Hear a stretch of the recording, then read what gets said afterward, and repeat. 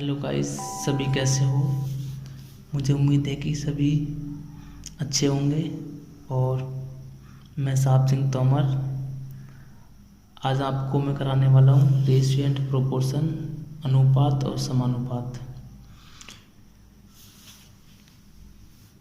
सबसे पहले मैं बात करूँगा कि रेशियो होता क्या है। ये हमारी आज फर्स्ट क्लास है रेशियो और प्रोपोर्शन की। ये 5-6 वीडियो में जाकर कंप्लीट हो जाएगा। और जो आज तक भी क्वेश्चन एसएससी, रेलवे, एचएसएससी में जो पूछे गए वो सारे क्वेश्चन कराएंगे। आपका कोई भी डाउट नहीं छोड़ेंगे हम, ठीक है। तो सबसे पहले मैं बात करता हूँ रेशियो होता क्या है। रेशियो क्या होता है? रेशियो होता है दो सजातीय रेशियो के बीच, दो सजातीय राशियों के बीच तुलनात्मक संख्या को रेशियो कहा जाता है। क्या कहा जाता है? दो सजातीय राशियों के बीच, सजातीय यानी सेम, एक जैसी राशियों के बीच तुलनात्मक संख्या को रेशियो कहा जाता है। जैसे नंबर का नंबर से, अल्फ़ाबेट का अल्फ़ाबेट से। जैसे कि नंबर का नंबर से, अल्फ़ाबेट का अल्फ़ाबेट से 4:2 लिखा हुआ। क्या लिखा? 4:2, यानी सेम ही है। ये भी नंबर है, ये भी नंबर है। तो इसी को कहते हैं सजातीय राशि, यानी दो राशियाँ सेम है। 4:2 इक्वल टू, तो मैं क्या लिखता हूँ? रेशियो क्या लिख सकता हूँ? 4/2 मैंने काट दिया इसको, तो क्या हो गया? 2/1। तो रेशियो क्या बन गया? 2:1।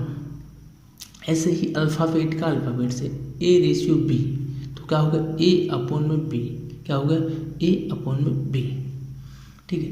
जैसे नेक्स्ट 9:3, तो मैंने क्या लिख दिया? 9/3 इक्वल टू, काट दिया है मैंने, 3/1। तो रेशियो क्या बन गया? 3:1, ठीक है। रेशियो का मतलब होता है उसको मैं डिवाइड में लिख सकता हूँ, इस वाली वैल्यू को नीचे ला कर लिख सकता हूँ, ठीक है। क्लियर? अच्छा, प्रोपोर्शन की बात करें यानी कि समानुपात, इसका सिंबल होता है, ये वाला होता है ना, 4 बिंदी होती है, इसका सिंबल होता है। तो ये होता क्या है?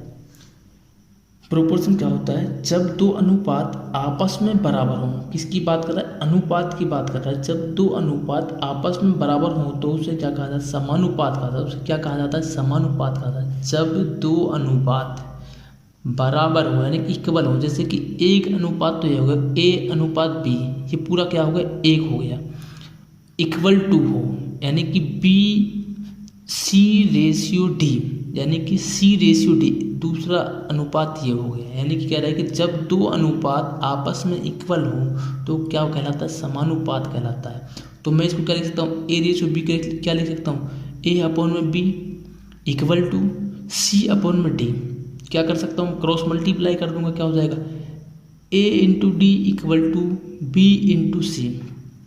A:D equal to B:C।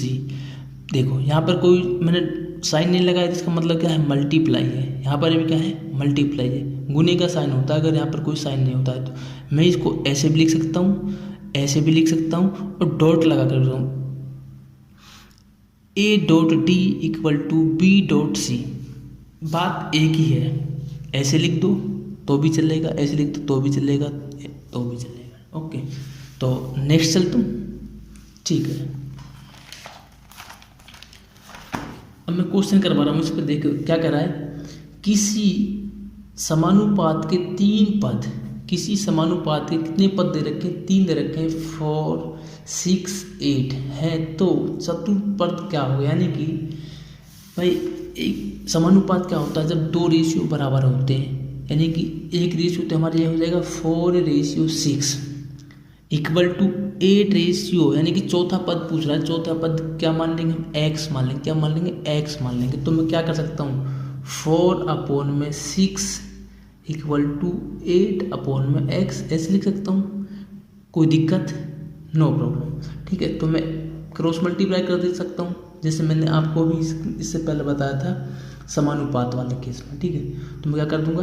Cross multiply कर दूंगा। तो क्रॉस मल्टीप्लाई जब मैं कर दूंगा तो क्या हो जाएगा? 4x equal to 48। तो x की वैल्यू क्या आ गई हमारी?